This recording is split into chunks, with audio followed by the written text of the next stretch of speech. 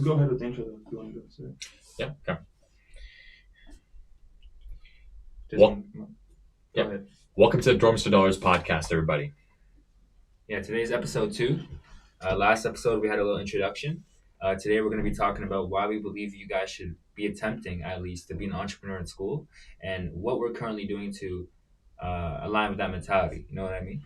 Absolutely. So this is episode 2. Here we go. So should we be looking at each other, or should we? Yeah, We can be looking at both. Like both? Yeah. Yeah.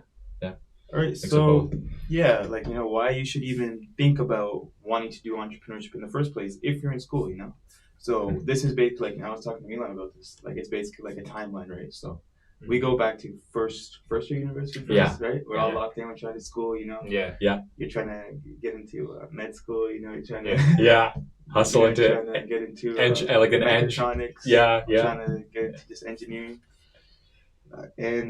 So if you pick up from there, you know, at that time, you know, we're all really focused on, you know, school and academics, and just the thought of, you know, hustling and the school thing is just a side thing, right? If we're doing it, it's just a side thing, it's just for money. Yeah. But if you're in that position now, I'm thinking, like, you know, if you're listening to this, why should you even want to consider, like, maybe starting to do that?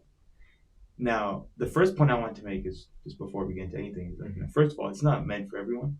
100%. You know, a lot of people, I think nowadays, the big issue is, you know, with Andrew Tate and all these big like guys, you know, they're really like giving it out this like huge like image of like, you know, entrepreneurship's great, you know, you got Lamborghinis, cars, it's like such a nice lifestyle, you know, screw the 9 to 5, school is a scam, escape the matrix, very like glorifying it, and it's like that's not really how it is, you know. As we all know, you know, when you get in there, it's tough. It's gonna be tough before you. There's only a select few amount of people who can really do it, you know. And although I think everyone theoretically could do it, I don't think everyone actually has the ability to, or the discipline and the hard work to be able to actually go through with it. So I think that's the key. But yeah, continue with what you're saying. Exactly. It's like you can't just be like, I want to do entrepreneurship because school is too hard. Because if you look in past times, if you look at all the biggest successful, most successful entrepreneurs, talking about Elon Musk, Sam Altman, like all these guys, they went to very, very like prestigious schools, so they were still very smart. They were still very good at school. Now they did end up, like for example, Sam Altman, he did end up dropping out of Stanford as well as Elon Musk. He dropped out of his PhD, but that doesn't mean that you know, they weren't good at school. They were really good at school. They just wanted to do something better. So this is for people who are good at school but want to do something better. But you can still be bad at school, but it depends on how you're bad at it, you know? If you're bad at it because you're not motivated and you don't find like the work to be, you know, like interesting to you, that's different. But if you're just fucking dumb, then you know? Entrepreneurship probably won't work out the same way as school. Exactly.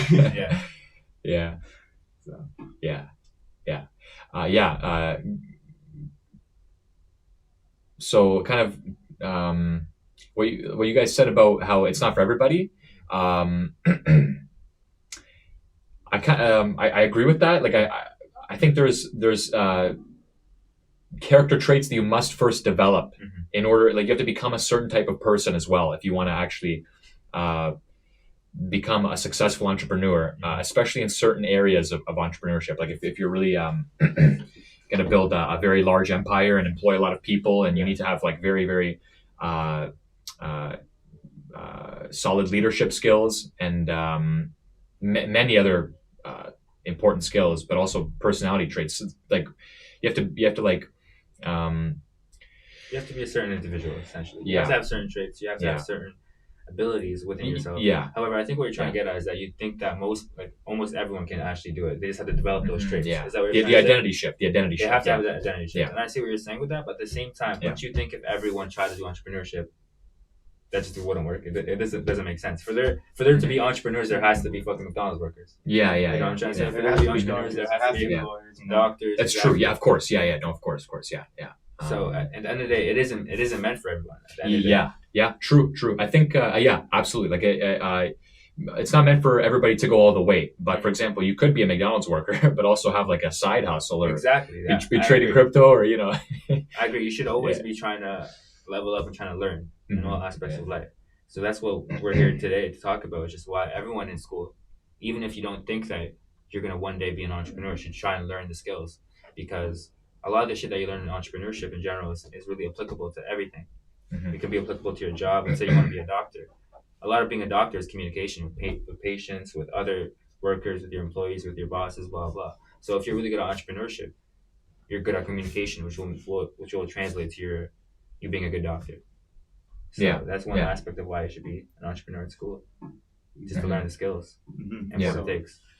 Even like when you start off to hustle, like my thing is, if you start a hustle, like hustle to learn, not to live.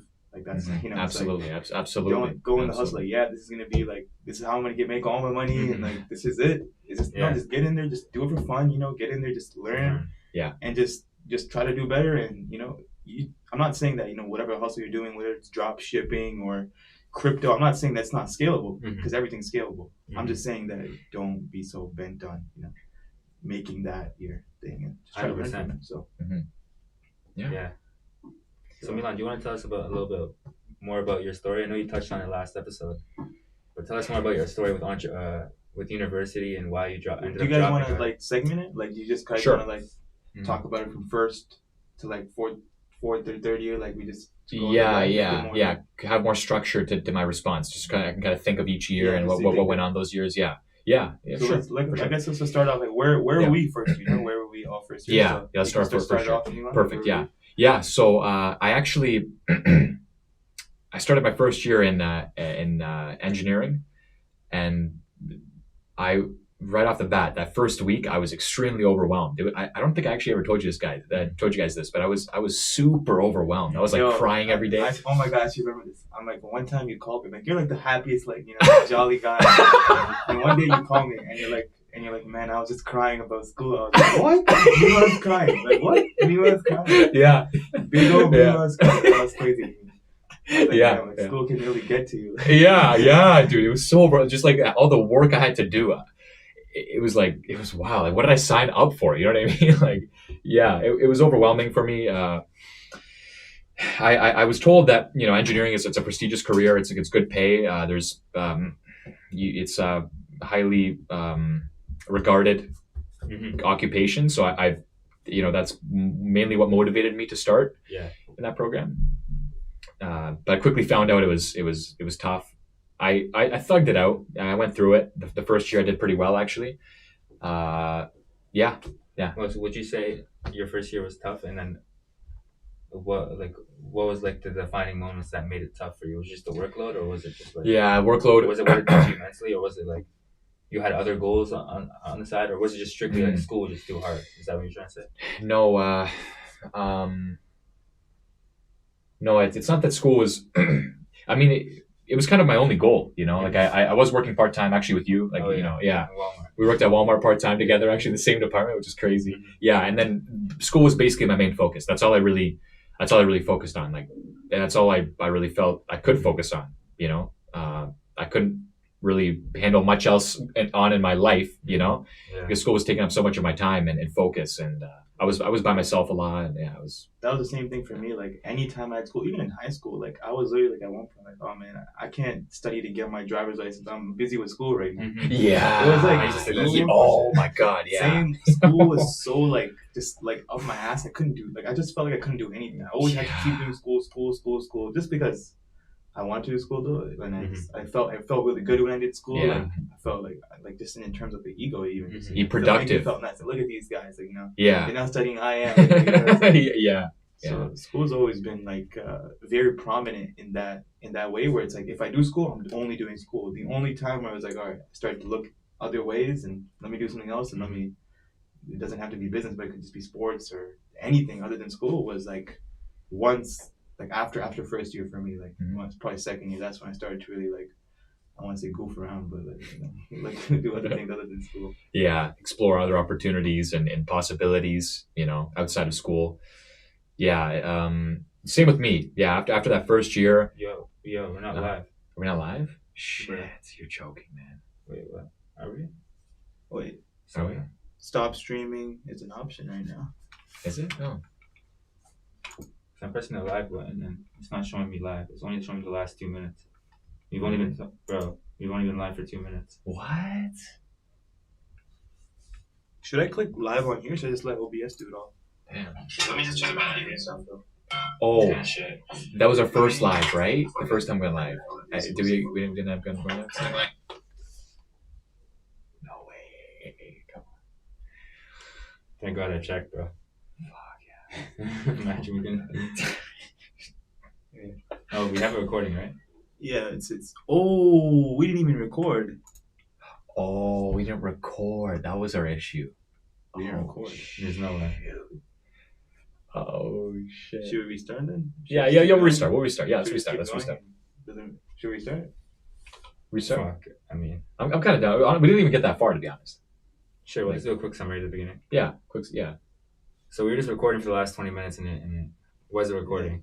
So, kind of do a little restart. Yeah. Milan, you want to? Sure, yeah. I'll start off now. I'm yeah.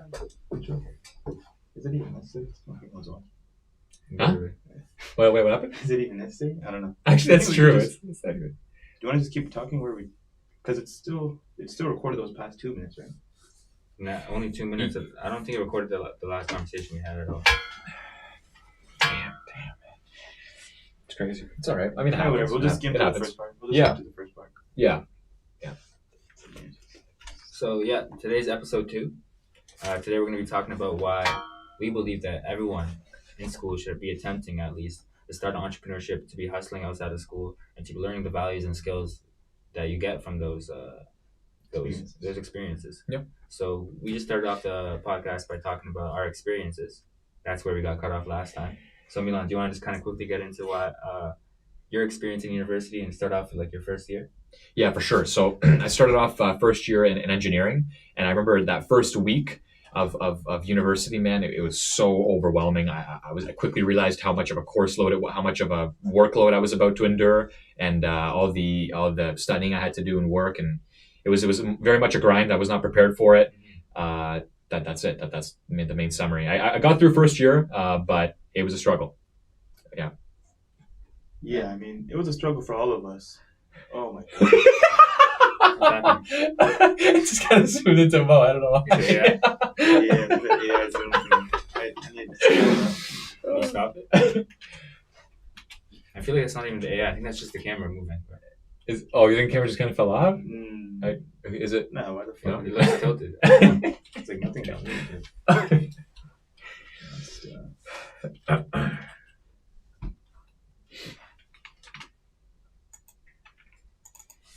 We're cooked.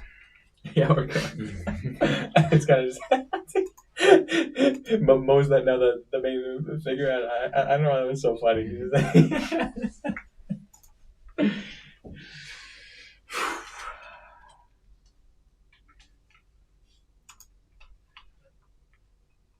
What's wrong with it?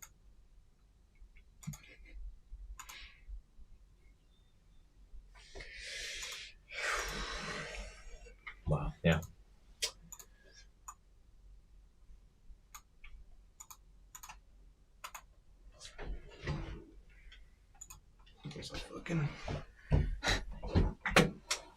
See, that's what I'm saying. I think it just moved. But it should be able to, like, it's like.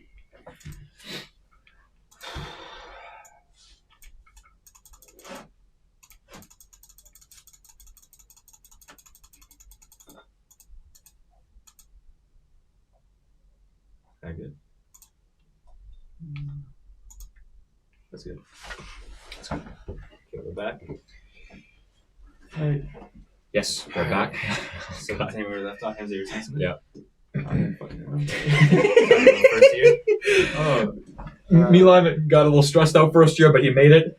And end of story. All right, next. Getting kind of brain dead. Same, bro.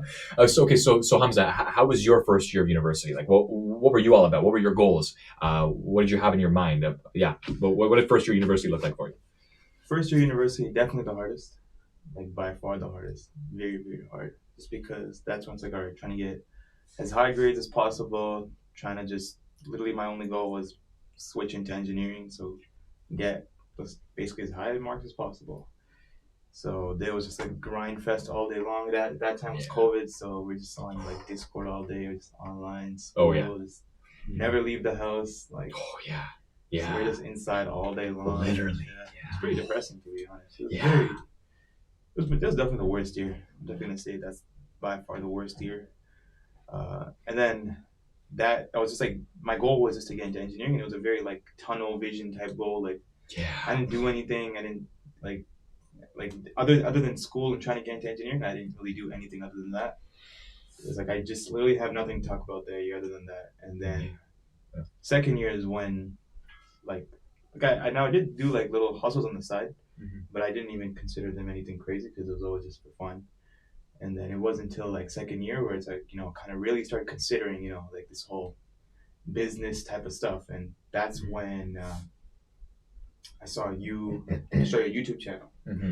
Yeah. You know, so you started your moth YouTube channel, and I remember when Mo came up to me, he's like, "Yo, like, look at this. Milan didn't really tell too many people yet, but like, he's got this little YouTube channel." And I just see the first video. It's like you talking in the woods about like, we're about to like run this huge like empire, you know, this whole like community and stuff. But that year, I remember like Milan was like the main character that year. Like every day, it's like, Milan, bro, you can't do YouTube. You gotta stay in school. You gotta do this. Milan, you gotta do that.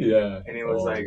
It's really crazy, like you know how, like that was such a like a candid idea to everyone. Is that the right word? I don't know. But it was such a like a crazy idea to everyone, and such a like far like, what do you mean you want to do this? Like, what happened to your degree? You're gonna leave engineering? Are you stupid? Like I remember being on your side. I remember supporting, telling you to drop out. Yeah. You guys were. No, you were. You were. I think Hamza was more like, yo, you have more of a plan. Safe. More of a play safe. Yeah, you were. Now the tables have switched. Yeah.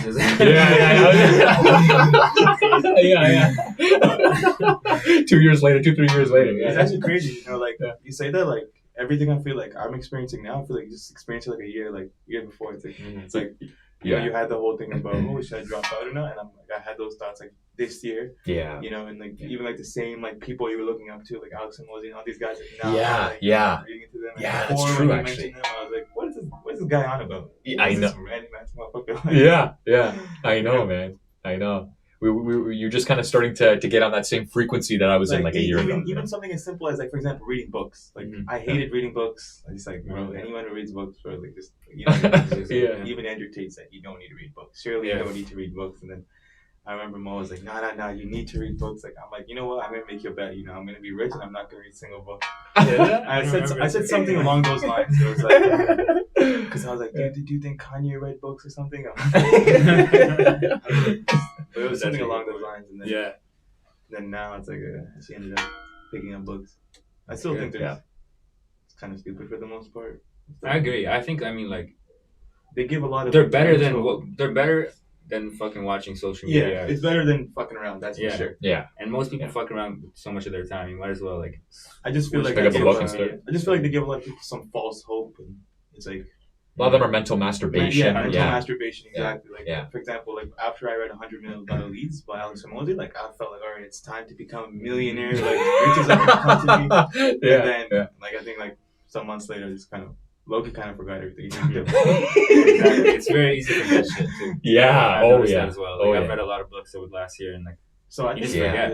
My main thing though, like I wasn't gonna make a video on this. I think you shouldn't read books to learn how to do things. Instead, you should read books to get ideas.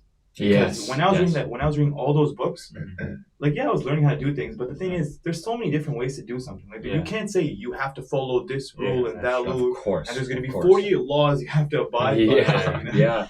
It's like you just get ideas from it. And I was like thinking, like, oh, like I would be writing down, oh my god, like this like for workflow, for example, we can do this, we can do that, we can do that, we can do this, we can have a mascot, we can do this. Exactly. That's kind of what I get from them. So it's never like a tutorial, anything 100%. You just live by. Just get ideas. I think that's what I've gotten from books. So.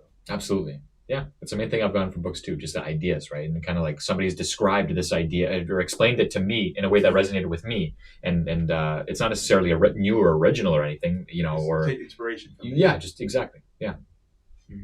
Yeah. I didn't really get to mention my first year yet, so I'm gonna quickly dive into that. Yes, for sure. Basically, I was also in life sci with Hamza first year. I was slightly different though because I was truly trying to get into medical school. Like I was truly all about the doctor life because my whole family, they're all doctors, right?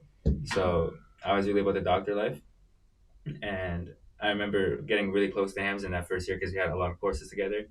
And he kind of just started talking to me like, "Yo, you're tripping. Like, being a doctor is retarded." And he got to me. He was like, "I'm like, damn. Wait a second. Why? I don't want to be a doctor now. Like, 8 years of school, like medical school. Do I really enjoy it? Do I really like it? Is it something that I truly like? Is it really my passion? I didn't really think that. Yeah. So after a while of talking to him and him telling me about like engineering and computer science, I was like, you know what, shit. Like, I don't think lifestyle is the best move anymore because I don't know what." Who's in Canada, who's watching this video, who's in Canada, but it's very hard to get a medical school here in Canada. Yeah. So even if you like do lifestyle extremely well, you have like a 50% chance, not even 50% chance, a lower percent chance to get in. So it's not worth it in my opinion. So at that time I was like, okay, I think computer science is the best choice for me. So I transferred to computer science in second year, and then I started second year with Hamza as well. Yeah, and the main thing is also like with becoming a doctor, it's like you gotta wait so long to like make your first cent. Yeah. And with engineering, it's like, all right, you gotta co-op in school. You're making money in school. You're paying off your tuition. It's just like, oh, this is the logical thing to do. 100%. Yeah. And it's funny, like the thing with engineering that stood out to me so much was like I just liked how it was practical.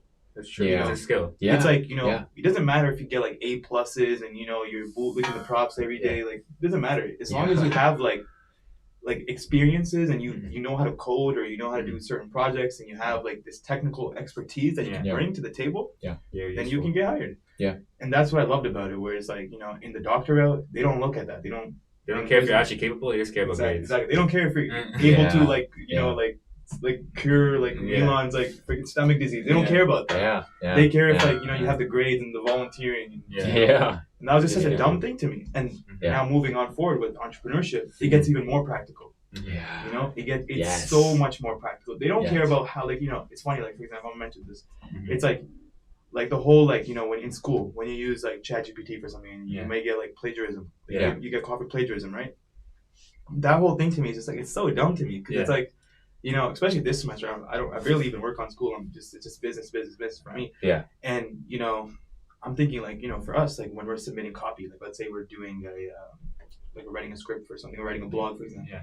No one cares if it's written by ChatGPT. Yeah. No one cares how you did it. The only thing they care about is the results. 100%. Will it bring the results? Yeah. They don't care how you did it, how you wrote it, who you did it for. Like all that matters is the results. And in school, it's like the process is such a big thing, and like it's like it's like wait, what? It's outdated. It's an outdated system because back in the day they didn't have ChatGPT, right? So they're still sticking with that system where everything needs to be your own work and your own thing, and like the process matters. But in reality, like it's not like that anymore. Yeah. Like times have changed. We use ChatGPT. We use the internet.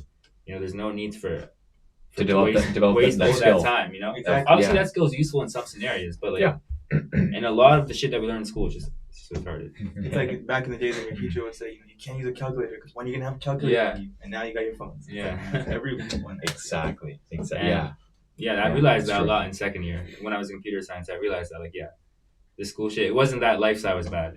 School like in general, school is just stupid, bro. That's the main thing for me as well. Like in second year, like I was very, very excited to go into computer science. Man. I was actually so excited. I'm like, oh my god, I'm gonna be learning all these projects. I'm gonna be doing all these projects, and it's just made up bullshit like numbers and just theoretical, just crap that didn't like.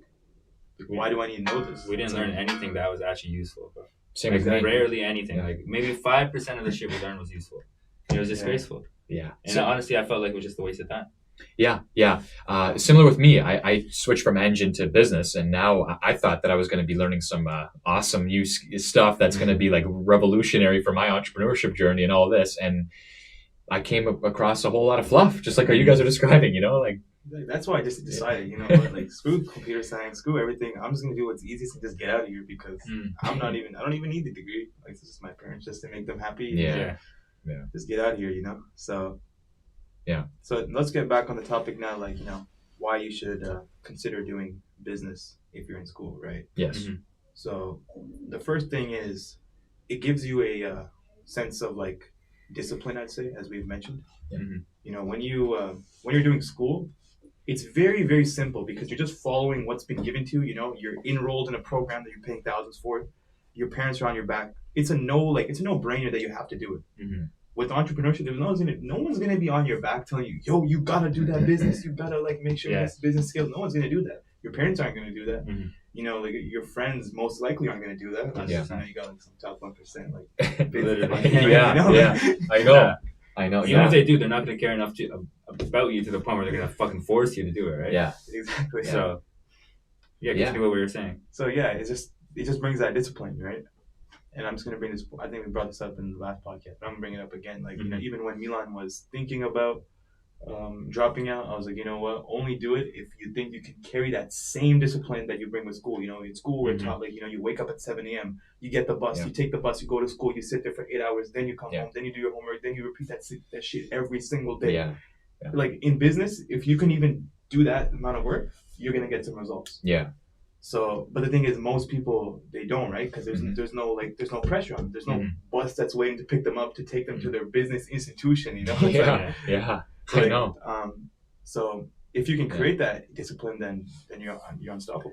Then you're on the right track for sure. Yeah. Like I remember the first week of school for me in first year.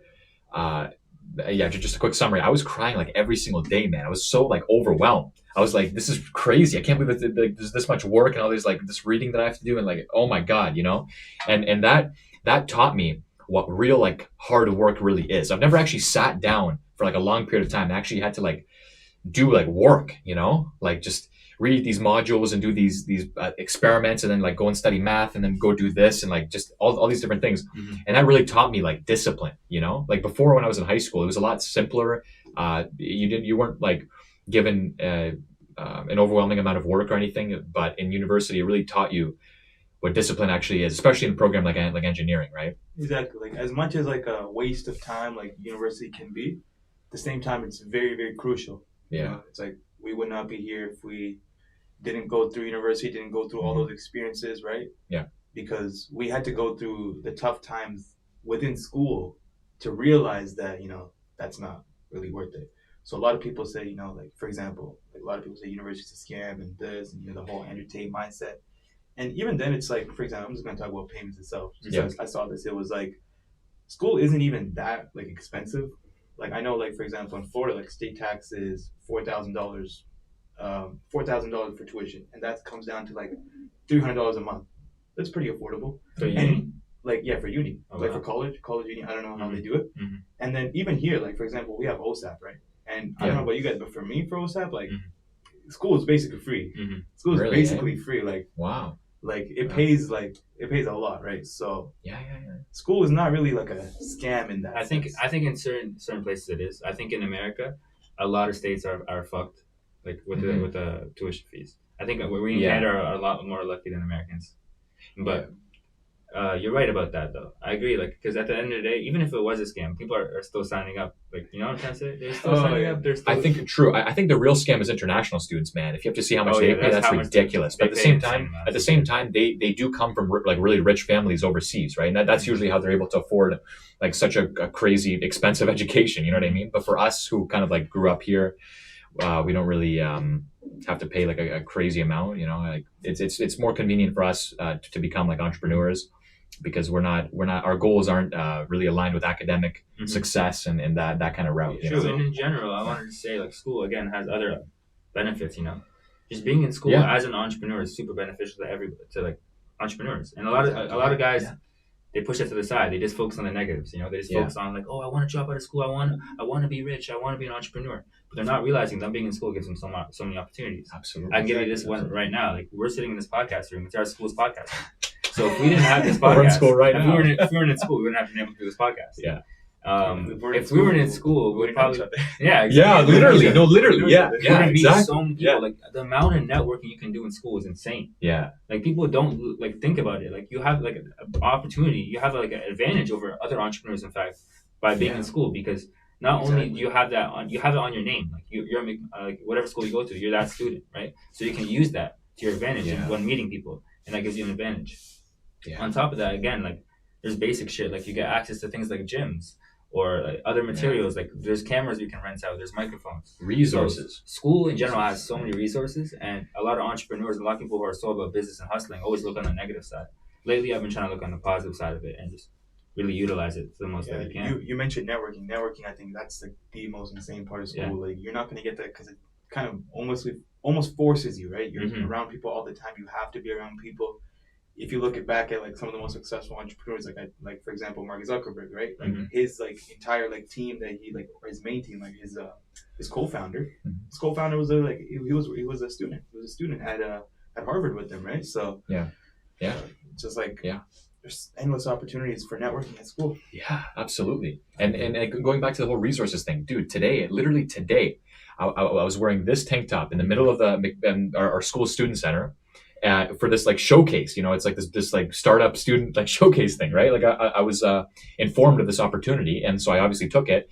And I was sitting there with my own table, 6 feet table, with my Crusade logo, and I had a couple bars there, chilling there, like from the manufacturer and stuff like that. And I was able to just kind of present, my business, and that was like one of the resources that I've utilized. But it's crazy. I actually have to tell this story. So there's this Dr. Owen. He's like a prof at the school. He approached me. He was the first one to approach my table when I got it set up. And he said, dude, he started like pressing me with these questions, right? These like deep questions. Yeah, he was like, so why is your product different? I'm like, my product's got real food. That's kind of what separates it from all these other like fake protein bars, whatever. He's like, real food. Okay, well, what about high fructose corn syrup? Isn't that real food? Because it's from corn, right? So honey, maple syrup, high fructose corn syrup, same thing, right? I was like, damn, so I started thinking about it. I was like, yeah, well, I give him a response and everything, but he's like, good. I didn't want to trip you out there, but make sure you have these like, I agree. These, I'm not gonna lie, I remember I was telling you about that the other day. Or not, like one time we were in the car, I remember telling you, like, yo, you need to know everything about like, everything. You need to know every single step of every single boom, every single step and everything. Like if someone asks you a question, you should be able to spit out fucking facts, like a 1 minute pitch that like blows their mind. Yeah, that's how prepared you have to be. I know, and like look at that, like the school gave you that opportunity to practice it, right? Exactly. And where are you gonna get that elsewhere? For free. That's exactly it. That Dr. Owen guy, he's actually like a beast. Like, he's a G. I think he started like some internet company like way back in like the 90s. Yeah. No, you told us this. Yeah. He's not. He teaches like that Innovate course. That was one of the first courses I took. Yeah, he's the head of innovation at here, like head of. Yeah. It's kind of funny though. Like when I took the innovation course, I didn't give a shit about like business and stuff. Yeah. Yeah, I know. Yeah. That's an easy course. So I want to ask you, like, what was the biggest transition for you that made you like? Do you remember a moment where you I want to start locking in on business. Like start locking in on business. Yeah. So I'll just kind of explain it and we'll see. So I remember the first time that the first business I would consider, like the first business I would actually consider, not a hustle, but just like an actual business, would be with our tutoring company. And it's funny how that came to be. It's like, with ChatGPT, ChatGPT dropped. I remember one of my boys, he showed me, and I'm like, yo, this is cool. I can write like a bunch of nonsense stories. Yeah. So I was like, I just go down writing a bunch write that Mo is getting kidnapped by the mafia or something. It's like, oh, look at this. That's and I don't know. I guess I'm a fucking retard, but that's the most use I saw for it at the time. Write a story about Hamza and his imaginary girlfriend, eh? And then from there, it's like Mo takes it, and then Mo's like, all right. Then this guy starts cooking with it. Yeah. And he's like, all right, tutoring company. And then basically you ChatGPT leverage to tutor kids. And that's when we started really making money. And the side hustles I've done, it's very annoying to make money. You grab a shoe, you wait 9 months for it to come from China. You got to go on Facebook, you got to go around, but this is this is more online money. I didn't really consider that online money. That was a real income where at one point we weren't doing any work. We were passing off the work to Indians in Africa and Nigeria and stuff. And at one point we came to the conclusion we wish ChatGPT wasn't here. Yeah. We could oh my god, we'd have so much more money. We were we could have so much more money if ChatGPT wasn't here, and we could just outsource it to India, Pakistan, and whatever, and just do it that way. Because we were getting clients every single day, and this is the craziest part to me. We only had one client acquisition channel source, and that was Kijiji ads. Literally, most random shit. And that pissed me off. I was like, can we not try to do something else? I kept trying to do other things, and I think that's what really started my business journey. Is that one question? How else can we get clients? Because that's all business is about. How can we get clients? How can we get clients, right? And we look at that, and that was basically all through so the whole premise of that was paid advertising. So we pay for PPG ads and we get customers. And then and then I guess we can dabble into the next businesses and how they were different, like warm outreach, and everything. But man, Nyamza tutoring. That was the start of everything. That was really, I think that was really the start of everything for me. It's funny, For me too, I remember the reason I came up with the idea wasn't specifically because of ChatGPT, although ChatGPT was the big part of it. It was actually because I initially wanted an assignment done for myself. Not for myself, for my friend. Not for myself, my friend. He paused to think. He was like, not for me, but for my friend. My friend wanted an assignment done, so I had to go find him one. Yeah. So I had to go find someone to do an assignment for him. So I was looking on Kijiji, or not an assignment, but like just helping him with it, right? So I looked on Kijiji for someone to tutor me through it, or tutor my friend through it, and I found some guy, and he was charging $55 per hour. And I remember being in the tutoring session, I was like, holy shit, this guy's making bank off me. Like $55 an hour, that's a doctor's salary. Yeah. That's almost $100,000 per year. I think it's more than $100,000 per year. Yeah. So from there, I was like, holy shit, I need to start doing this. And then, but the thing was, at the time, I didn't have the skills. I was retarded. I didn't have any coding skills. I didn't have any coding knowledge. I couldn't do anything. But then that's when ChatGPT came out, and I was like, oh my God, you can use ChatGPT. Yeah. That's when everything changed. Like, eventually, then we started thinking about how else we can do it. Then we found the outsourcing method. Yeah. But yeah. That's crazy though. Like that early time of ChatGPT, there was so much money to be made. It was insane. Like that's why you always have to be alert and ready for trends. Like always be on that.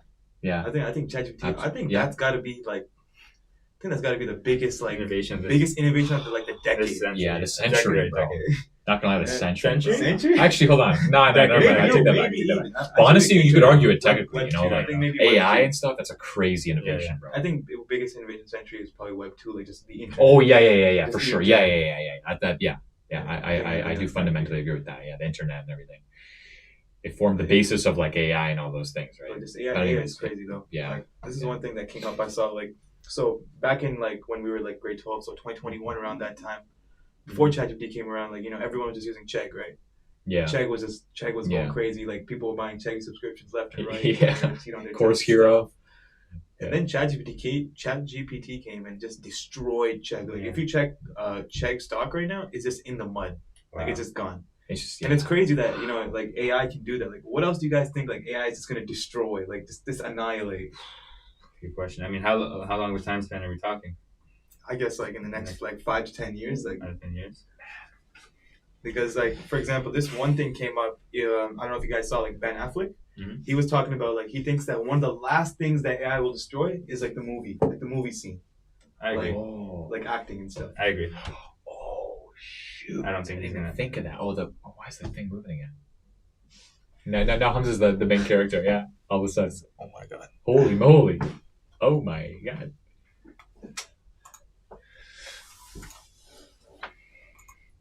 Actors. You know what? That's a good one. Are you kidding me, bro? Yeah.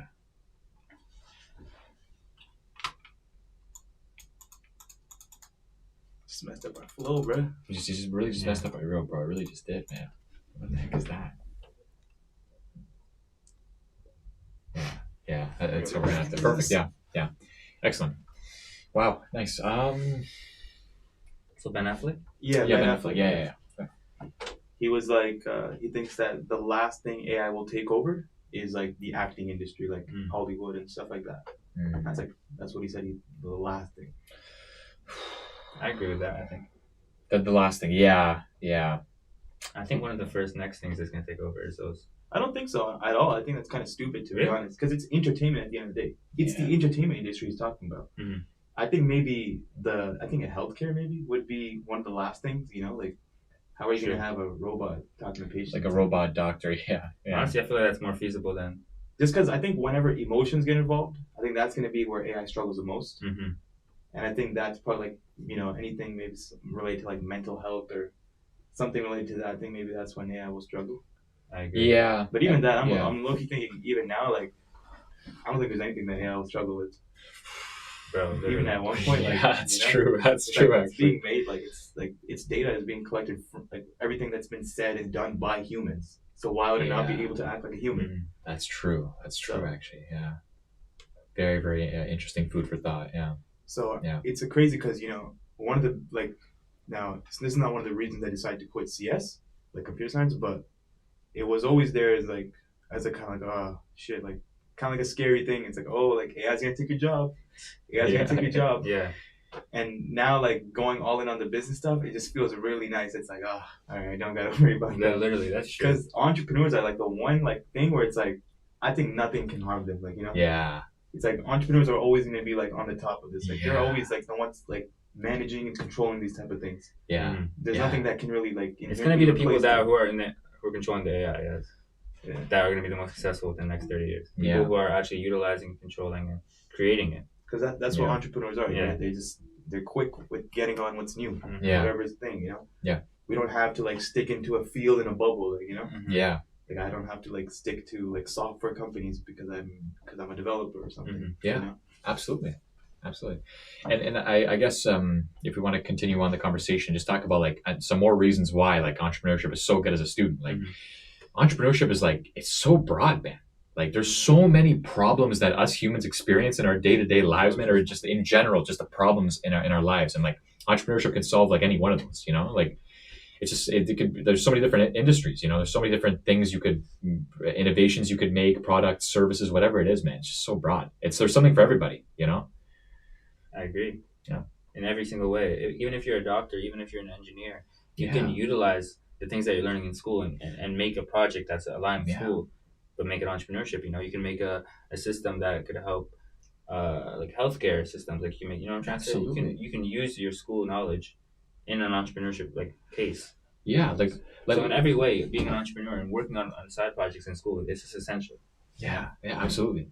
Like I know today, like I literally just saw the table next to me. They made this one like surgical device, like this device that helps surgeons like perform their surgeries and stuff. It just makes like nerve visualization like super like accurate and clear, and like it makes surgeries more effective, and like it makes them faster because like surgeries take freaking hours, right? It's like just all these innovations, man. It's crazy. Like for example, even like we were talking about earlier about like McDonald's workers. Like we need McDonald's workers in the world. Well, you could also, what if a McDonald's worker thinks, I hate my job. What if I create this AI company or like this any solution that makes this job not as popular? What if I could give McDonald's a solution to like not have workers make their actually I don't know. I kind of have to like say something. It's kind of negative, but it's just like something I've been seeing a lot. So it's like. You're saying, people should do entrepreneurship and because they should solve a problem. Now, if you think about it, like most problems of the world, like aside from like the huge ones, like world hunger and depression and all those crazy ones. Yeah. It's like they've kind of been solved. And I see this a lot in like this, I work with like a SaaS product, right? Yeah. And a lot in the SaaS industry, I feel like everyone's just creating solutions to shit that's already been solved, and it's just wrappers of like it's just the same shit over and over again. That's what you mean. And it's like I feel like that happens when you really just try to like listen to like what the like market trends are and stuff, and you try to make a product that kind of just fits there. So and you kind of just relying on features and stuff, but it's different when it's just kind of like your it's like your vision, and it's like kind of like a more mission-driven thing. Like for example, with Crusade, I wouldn't say like you didn't look at the market and go, looks like what's it called? Testosterone is low. I need to get in here. You're just genuinely passionate about that. Yeah. So if there was two founders, for example, let's say there's you and there's you, and you just saw that there was a market trend for testosterone being low, and there's not that many bars out there, so you're gonna go release a bar. Yeah. But you really care about testosterone.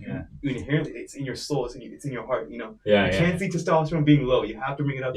Drop your nutrition bars. And I feel like that's much of a better like. So you think passion is more important? Is what you're trying to say? Exactly. I'm trying to say like passion. No, it is. Because at this point, like we're kind of past the point where like there's solutions to everything. There's solutions to every single thing. And there's going to be like 10 different variations of what solution you can get. So it's no longer like a question where it's like, oh, like someone used to come and solve this issue. It's already been solved by 100,000 people. I see what you mean. Is it the right person who solved it? Is it someone who actually cares, or are they just doing it because they want the money, they want the benefit, they want to get money? And exactly. That's it. True. I do think it's also important to realize that, like even though they're like you're arguing that the problems they already have been kind of like solved, which you're right. Like all those, especially the big problems, the more obvious ones, they have been solved. I think there's always going to be new problems that are like formed, after they've already kind of been solved and like new circumstances, evolution, all that. I don't know why the camera did that again. That's let me continue talking to not bore the audience to death.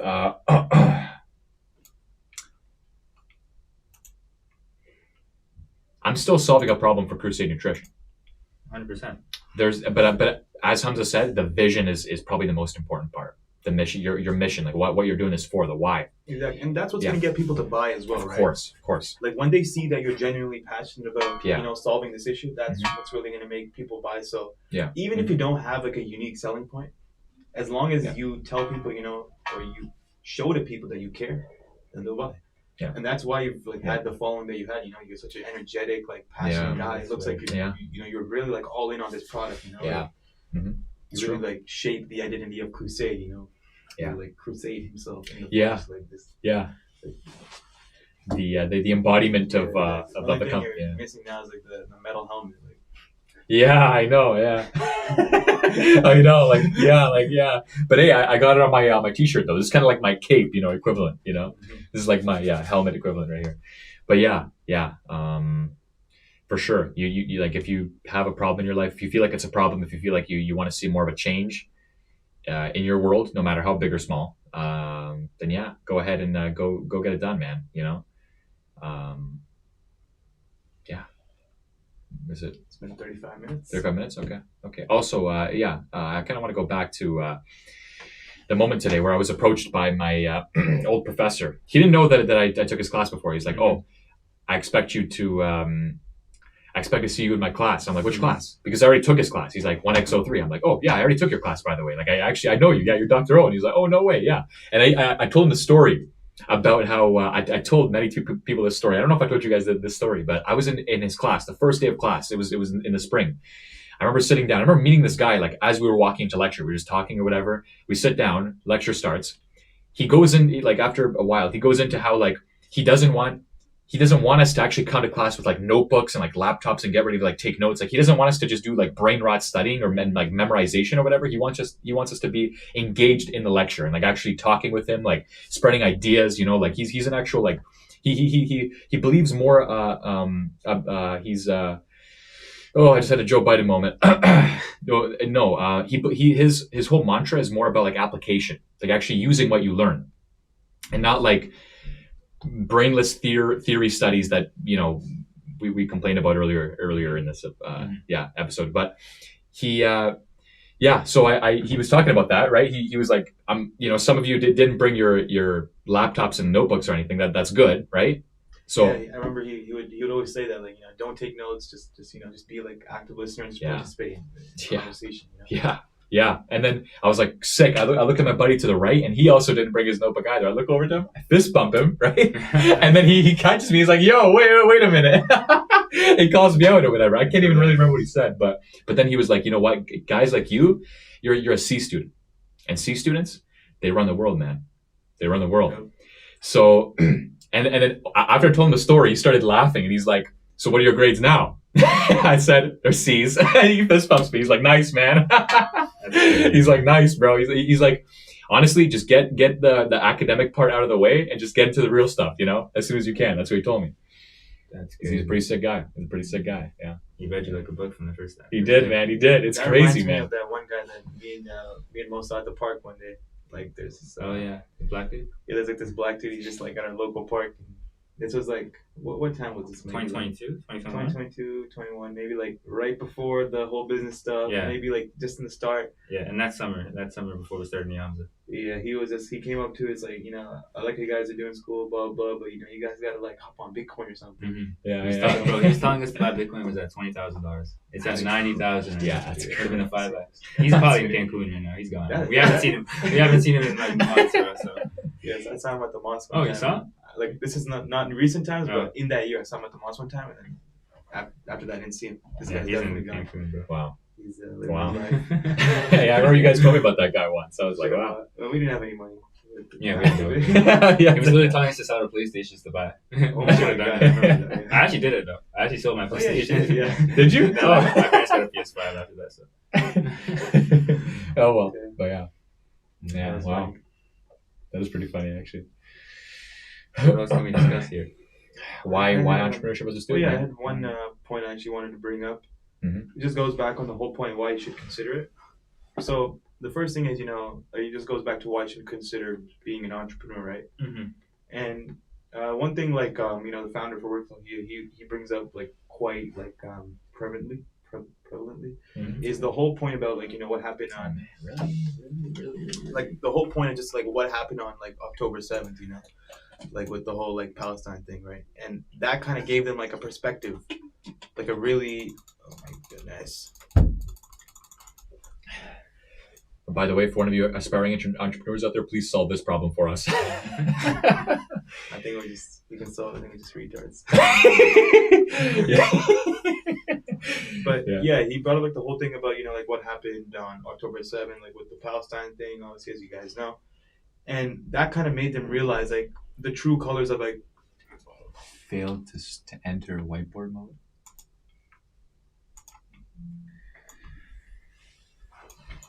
That was the last time I set this shit up.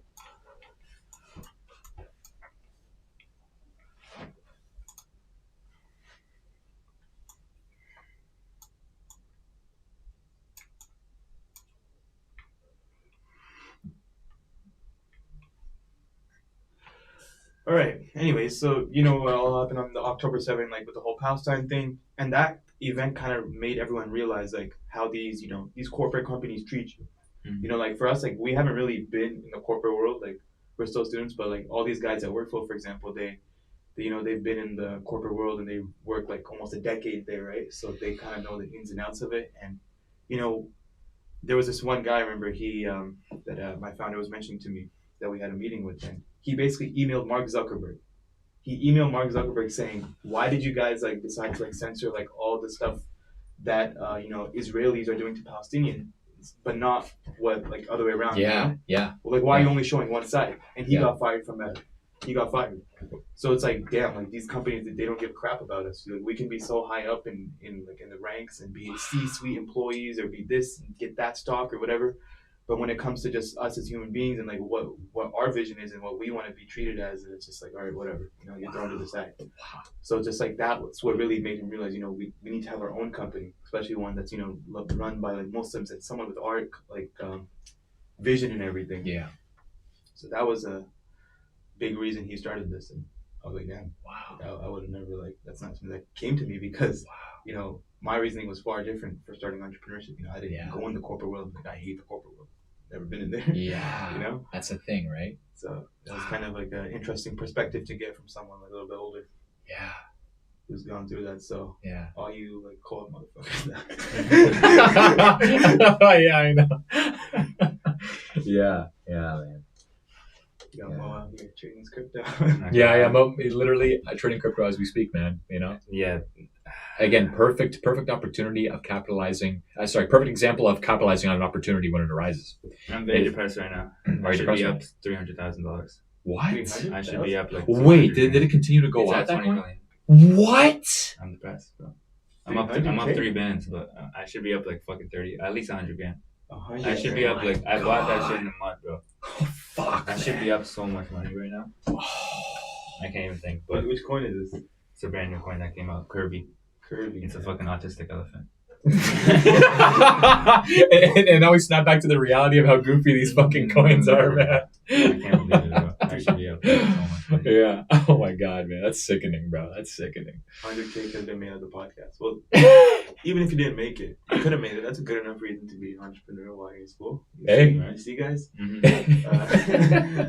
Yeah. Wow. Yeah, no, I feel Mo's depression. Like, I think you and I are gonna have to carry now. I'm sorry, we got to carry. I'm still locked in. I can multitask. Yeah, that's fine. Yeah. It's crazy. Yeah. No. Wow. Why else should you become an entrepreneur? Well,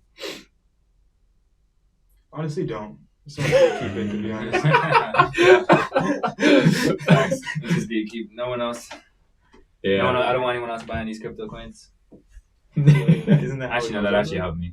That would actually help you. Follow my Twitter if you want to get plays. Yeah. I call this on my Twitter, by the way, at 300K. Yeah.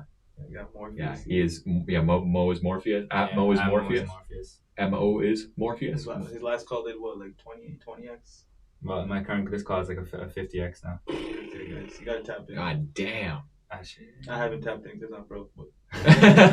Same, bro. Same. I mean, this guy literally sent me a soul the other day because I didn't even have enough in my freaking bank account, bro. He's like, yo, honestly, yeah, just start trading. I'm like, yeah. Yeah, very frick, man. Yeah. Yeah, but again, like being next to a guy like this. That's fine. Would have been perfect if it being next to a guy like this, who's clearly stealing the show right now. The camera realizes how freaking awesome he is. He's like, yo.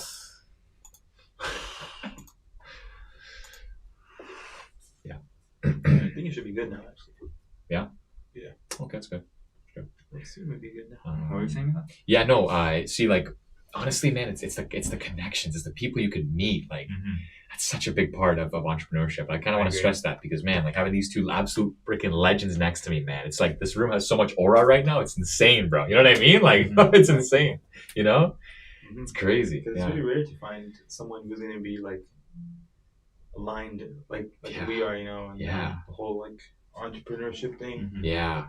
Like, for example, I'm giving, like, these guys that I'm working with, I work for, like, you know, they weren't, like, as tapped in early on, you know?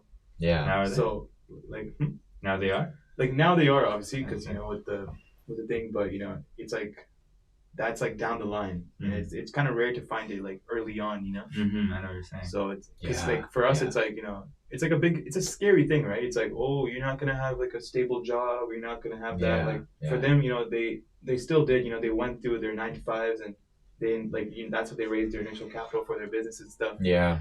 But for us, we're just saying, fuck it, like, whatever. We're just going to go in with it, you know, it doesn't matter who needs the initial capital, who needs to get a job, who needs to, like, do any of that stuff. Yeah. So. Yeah. We do have the luxury of also having, like, a roof over our head, you know, like we live with our parents, so. But again, like, that also kind of introduces new challenges. At the end of the day, though, like, you have to realize, like, it's very, like, at the end of the day, whenever you start, like, some sort of business or you get into this type of mindset, you're going to have to be living, like, very frugal, like, financially very frugal lifestyle. Very low. You don't really need that much money monthly to even if we weren't living with our parents, like a part-time job would, like, suffice some, like, shitty little, like, student housing with, like, 5 guys in there, like, you know, like, that's true. You just need to get that's by. true. Like, in the beginning stages of entrepreneurship, you just need to get by. You just need to spend as little, just get by, and then after that, you know, you're just like a thing. So most people, they can't stand, like, oh, for 5 years I'm going to be broke and I'm going to be doing this, and like, I can't do that. I need to get in my job and I need to, you know, be going on trips and do all these fun things. Like, I just can't, you know. Yeah, people are afraid of the sacrifice, man. Yeah, exactly. And it's like a short sacrifice, really, if you think about it. It's like, you know, doctors, they invest, like, what, like 10 years of their lives to, like, finally become a doctor, and, like, entrepreneurs, it's like it's around the same time, to be honest. Yeah. And realistically, the ROI on it can be, like, much higher. Oh yeah. I also love the idea of, like, innovation, man. Like, just creating. It's a wonderful thing, you know, bringing new things into the world, you know. It's a wonderful thing. Each of us are made to do, like, great things, you know. Like, I truly believe that, by the way. We all have, like, a purpose, you know, like, that's central to us. And, like, created this podcast. Yeah, exactly. This serves as a solution to your problem of, like, oh, well, I'm a student, I want to be an entrepreneur, and, like, what do I do? We're right there with you, man. We're right there with you, girl. Yeah. Anyone have any funny stories? Our last clip, like, I put it through Opus. It was, like, the best clip was, like, the one you guys told, like, about, like, you guys met up with girls. Yeah. Is that funny? That was the #1 clip when I put it through Opus. Okay. Wait, which clip was? The one where we met Adam or whatever. Yeah. Oh, yeah. Oh, was that our most popular clip? Really? Okay. Yeah. Not like when it was posted, but, like, when I put in Opus, it had the highest rating. Like, this is the highest chance to go. Oh, interesting. Okay, yeah. Any funny stories? Not really, man. It would be It's been dead 2 weeks, right? Honestly, it's been a pretty. Honestly, I have a good story. I have a top tier story, but I can't spoil it yet. Can't spoil it yet? It's such a good story, but it's still developing. It's still in action. So maybe the next podcast. Maybe Get next ready, episode. guys. Get ready. Yeah. Get ready for what's about to unfold. Literally, yeah. Maybe next podcast is gonna be a millionaire. Who knows? Maybe. Yeah. I'm trying to think of like a story. Yeah, like we gotta end up this podcast on with a clip-worthy story. Should I just make some shit up? You know what? I mean, you know what? Yeah. No, we don't fabricate. Yeah. We honestly. Yeah. We don't. We're not drama makers. We're just here to give value. Just here. We're just three real men, bro. Giving real advice. Giving real. Not advice. Giving just our journey and stuff. Yeah. All right. I think we can call it. Yeah. Call it a day, I guess. Yeah. W up episode 2. Thank you for everyone for watching. We'll be back next week with a new topic. Try to make it more organized. I think we got a little bit better from last time. A little better from last time, yeah. But yeah, you'll see us more often. So yeah. Absolutely. Peace.